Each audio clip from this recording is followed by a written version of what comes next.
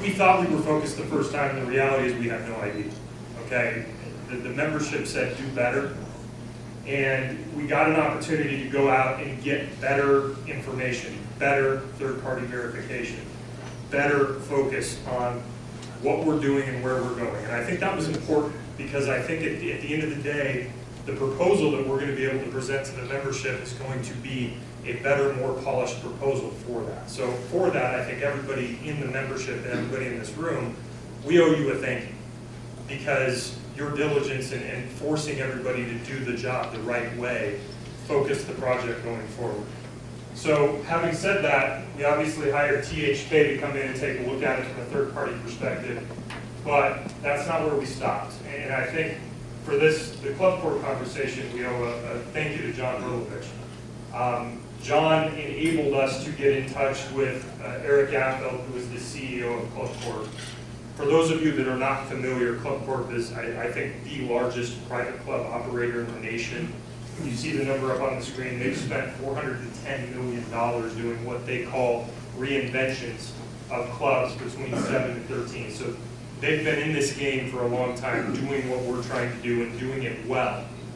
So with John's help, and John, thank you, we were able to get in touch with Eric, and Eric was incredibly accommodating with his time. Spent about 20 minutes on the phone with me, talking through some of the biggest questions that we had, and allowing us to kind of get another third-party verification. So one of the really important questions we asked Eric was, what are your top priorities when you're going into a club to renovate it?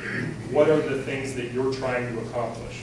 And he said his top priorities for Club Corp in particular, number one was very casual dining. Not everybody plays golf, not everybody plays tennis, not everybody swims, everybody eats. And everybody right now, the demographic in the market is gravitating toward a more casual feel, someplace you can walk into, kind of like a Capital Grill. They'll take you as you come. You have a comfortable situation, a comfortable dining experience. Number two, and he said it wasn't two, it was 2A and 2B. They're both equivalent. Outdoor dining and a fitness facility. Those are both amenities that the members now are demanding. And number three was a practice facility. He indicated that with time crunch as it is, fewer and fewer people can play the 4-hour round they want to all the time. So having good, improved practice facilities where people can come work on their game in shorter periods of time was really important. Now, I also asked him quantitatively, help me understand the impact that these renovations have had on your clubs.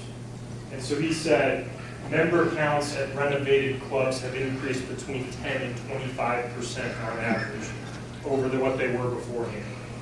He said that dining covers have increased by as much as 70% at some of the clubs that they've renovated in terms of member dining usage.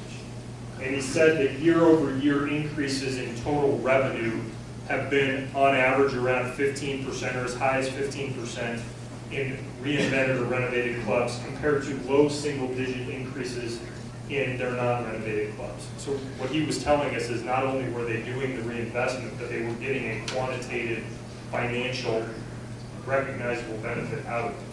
He also pointed us to a product called the McMahon Report. Now, he said it had just come across his desk. It's one of the few things he relies upon in terms of trends in the private club industry.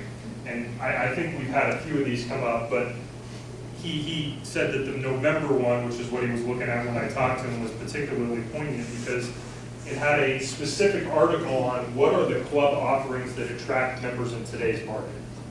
And he went through it. Very casual dining, same as their experience. Outdoor dining, same as their experience. Swimming, fitness, family activities. We had a conversation, I didn't include it in here, asking, what are you doing to get that family demographic, that value customer who the whole family can use the club? Same kind of deals, family activities, better swimming facilities for the kids. Tween rooms are what he called them for the clubhouses, but places where the kids can come in and have places to play in the clubhouse. Year-round facilities, so that making the clubhouse something that can be accessible and active and vibrant year-round, regardless of the season. And again, golf practice facilities. The important thing, he pointed me down here too, very few golf clubs can survive as golf clubs now. To survive as a golf-centric business, you basically have to be one of the clubs everybody wants to go play. You got to be the name where everybody wants to take the head cover home after they play and wear the hat. If you want to survive as a country club in this market, you have to understand that you have to position yourself for the market expectations. And that means, to Bob's point, giving something to your members where they can feel like they're getting good value, valuing the member experience. And I think that's been the point that has really honed in the refinements that we've been trying to put together in terms of the board with the next package that we bring. And I think those points, together with what THK, and really what they did is reinforced from another party what THK was telling us. They're helping us focus the money and the spend in a way that we think is going to give the club not only the chance to be financially viable, but also the best possible product going forward.